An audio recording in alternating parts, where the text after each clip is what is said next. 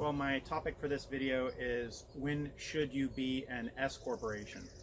An S corporation is a really popular entity type for tax advisors to recommend for small businesses and entrepreneurs. And the question there is why? Why do tax advisors recommend this? And usually in my experience, it's about minimizing self-employment tax. The specific target of that is the Medicare tax, which is 2.9%, and then the high income earner excise tax of 0.9%. Both of those taxes are charged on income, self-employment income. There's also Social Security tax, but you probably cap out of that before you start worrying about how to avoid self-employment taxes anyway. So just for a bit of background, something you may know or you may not know is that if you're a W-2 employee, that employee gets charged Social Security and Medicare taxes. Both the employee and the employer get charged that, and the employee pays half and the employer, the company, pays the other half. As the employee, the person receiving the wages, you end up paying 6.2% for Social Security and 1.45% for Medicare on your wages. Your employer, the company, pays exactly the same thing. So in total, these payroll, what we might call payroll / self-employment taxes, work out to being about 15% of the income that goes through your W-2.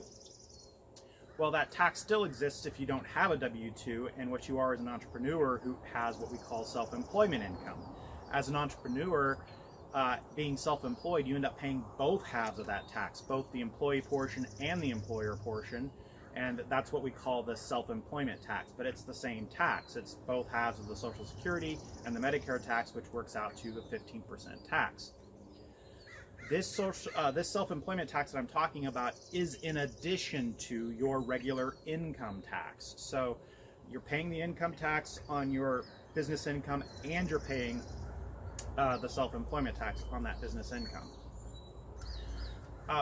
It turns out that profits from an S corporation are not considered self-employment income. That's in the statute. But before you get too crazy with it, you can't just avoid Social Security, Medicare taxes altogether by being an S corporation. S corporations are required to pay their owners a reasonable salary.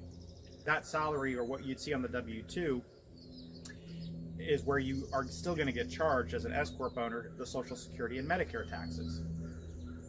So the way that works is that your S corp profits are reduced for any salaries, including yours as an owner, before you consider what the flow through S corp profits are.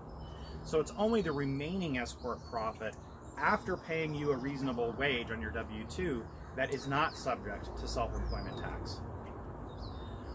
Well, what that could very well mean is in a small business environment, if you are due significant amount of wages in your small business, there's really not much profit left after paying you wages to avoid Social Security and Medicare or self-employment taxes on. So you have to take that into account when choosing S corporation for this reason. How much income would you really have after paying you a reasonable salary to avoid self-employment taxes on anyway? And in my experience, you should be targeting income well north of $200,000 of profit in your business before paying you anything, before thinking about making an S election to avoid self-employment income would really be worthwhile. Keep in mind that if you choose to be an S corporation instead of, say, a disregarded entity that files on your 1040 or some other kind of entity, that S corporation, although it doesn't pay its own income tax, does have to file a separate tax return. So you're creating an additional administrative burden. You're going to pay tax advisors or tax preparers more money for preparing tax returns. So all of that should be in the cost column when weighing the cost benefits of electing S. And again, it all comes down to how much self-employment tax could you really avoid by doing that. In most cases, that's the genesis of this advice, to elect to be an S corporation, avoiding self-employment tax. Okay, well, that's it for this video. The next question would be, what is a reasonable salary? How much game can we play with that, or how much room do we have with that? We shouldn't play any game with that, really, but how much room do we have with that to be reasonable, right? Well, there is another video which I'll post on that question. Perhaps I'll do it by industry, or I'll do multiple videos on that, but there'll be at least one video where I'll kind of address the reasonable salary question. So stay tuned for that. Thank you, and bye for now.